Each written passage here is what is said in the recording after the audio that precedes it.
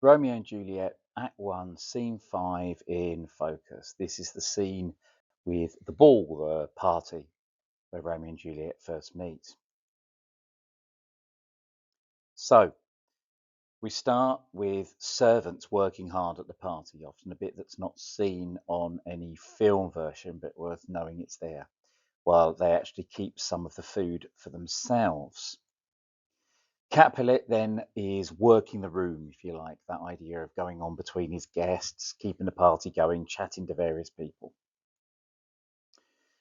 Then we switch to Romeo, who, remember, has sneaked into this, and he sees Juliet across the room and is transfixed by her. At the same time, Tybalt recognizes Romeo's voice and prepares to fight him. Capulet overhears him and tries to calm him down. When he doesn't, Capulet tells him Romeo is well thought of in Verona and he won't have him harmed. Tybalt agrees, but swears revenge. Of course, Tybalt has decided that Romeo has come there deliberately to mock them. Romeo then approaches Juliet and they kiss. The nurse sends Juliet away and tells Romeo she's Capulet's daughter, and then tells Juliet that Romeo is Montague's son. Okay, so obviously this is very big on Romeo and Juliet and love. There are elements of the others in there. Obviously, family is significant, and therefore conflict, and there's elements of fate in, but they're the three big issues in this scene. So let's look at a first extract here. This is an interesting one if this was used, because it has Romeo's first vision of Juliet and straight away Tybalt seeing him and wanting to fight him. And straight away be aware of how that's been put together by Shakespeare, because Romeo sees Juliet and then approaches her. But while he's approaching her, so between seeing him and talking to her, we get Tybalt on the other side. And of course, love and hate, again, alongside each other. So if you look at Romeo's language when we first see her, obviously the first thing we want to think is, do we trust his feelings about Juliet any more than we trusted his feelings about Rosaline? Well, all of his language here seems to be to do with light and dark. The idea that Juliet is a light over everything else. She teaches the torches to burn bright. She's so bright, she teaches the torches, of course, will be like the lighting inside the room. She's described by him as a snowy dove trooping with crows. All the others seem to be these dark, dangerous birds, and she's this beautiful white, perfect, and not just a white dove, but a snowy dove, as though even whiter. And his idea that he never saw true beauty till this night. Again, think, do we believe him? Has he really seen the light here? So the language is flowery again. You just have to ask yourself, is it realistic? And don't forget to notice he uses light imagery, which shows his impression that Juliet is something that brings light to a room. And obviously how he views her as something special and standing out.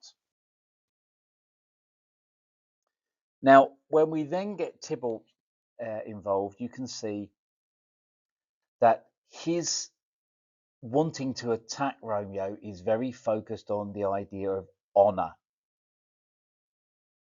the stock and honor of my kin, of my family. And that's why it's not a sin, he says. There's nothing wrong with this because he's defending his family. And then further down, describing him as coming to scorn at our solemnity this night, basically to mock us for our behaviour. That's what he's seeing. But do notice as well, at the same time, he is saying he's going to strike him dead. It's not challenge him, it's not throw him out. That's quite an extent of violence. Okay? So we do see that he has hate clearly in his language, and of course, it's surrounded in the bit we've just seen and the bit after by language of love. And then important to note that he thinks that violence is an appropriate response to what he's seeing as essentially a wind-up.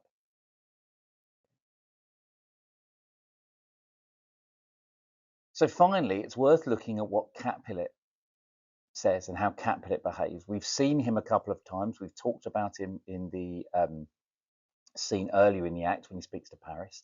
And at this point, we have possibly quite a decent view of him.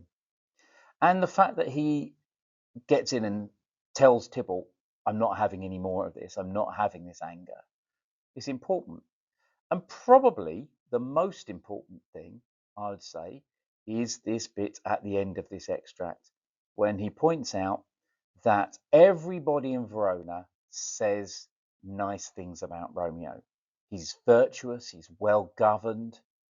I would not, for the wealth of all the town, want to disparage him, dishonor him, basically, in this room. Look at Capulet's view of Romeo. Okay, this is tragic, really, because he clearly thinks a lot of him. And if it wasn't for the feud, it's obvious that he would be, in Capulet's eyes, a perfect husband for his daughter. I think these lines point out to us how important this feud is, that it gets in the way of a marriage that would have been perfect otherwise. And when you think about what Capulet said about marriage earlier, the idea of somebody who is a great match from his point of view and who Juliet wants would solve everything. So in this extract, this key moment, think to yourself, how do we see Romeo's feelings for Juliet compared to Rosaline through his language?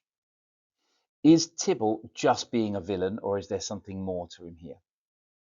And look at Capulet's view of Romeo and what that suggests about how big a deal this feud is. Now, if we move to the second key moment, a very famous exchange here between Romeo and Juliet, the first time they speak to each other. And it works back and forth between them. Essentially, it's a bit like Romeo with a chat up line, Juliet with a good reply to it. It's actually, although I wouldn't pay too much attention to this, it's actually a sonnet, this, one of those 14-line poems. He's just put it in the middle of this. It works perfectly as it. So it seems like an exchange that's very much about their love for each other, even though it's too quickly.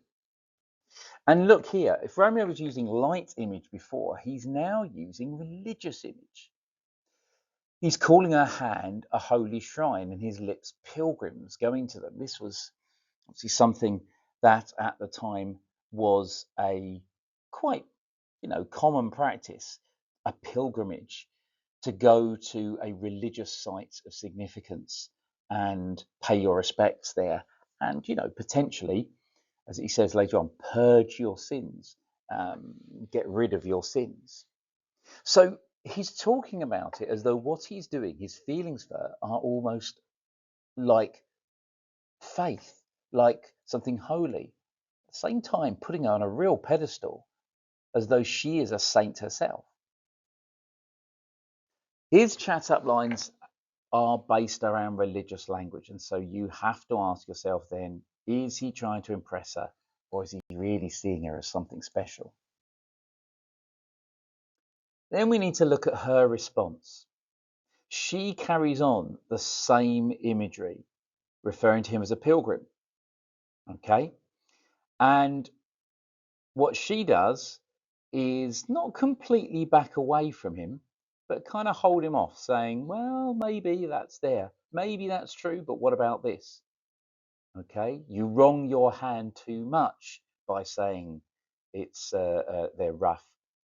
You yes, he wants to kiss her with lips, but lips are more used to prayer. Juliet is showing a maturity and intelligence beyond her years and upbringing. Remember, the only time we've seen her before is in that scene where she barely spoke, where it's clear to us that she spent her whole life basically in that house. Where does she get the maturity and intelligence to speak to a man like this when he comes up to her? and especially to show she's interested, but just enough to keep him at a distance. So think about this. This is their first moment of meeting. So how does it establish their relationship for us? What do we think of it right now? What do we think about Juliet? Is she a strong character here? And do we believe in this attraction between them? They're the key questions to ask yourself. So overall in this scene, does Romeo seem more genuine in his love here than he did earlier on in the play? Is his forwardness toward Juliet a problem to the audience? Do we find that awkward that he just literally goes straight for her? And particularly the fact that he'd gone to the place in the first, he'd gone to the ball in the first place to see Rosaline. How does Juliet then come across in this scene, especially considering this is only the second time we've met her? We don't know her as well as Romeo at this point. And about love, is it genuine, or is it what we'd think of now as two teenagers just getting infatuated with each other? So if we link to the rest of the play, obviously Romeo's character, think about how this forceful behaviour, pushing himself on someone, continues in the balcony scene when he breaks into her house.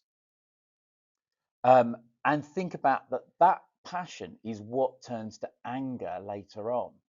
So it's like it's two sides of the same coin, really, that he is passionate about her, but he then can get really angry straight away. And with Juliet, it's those points that we don't really know her much before this, but we're about to get a soliloquy from her.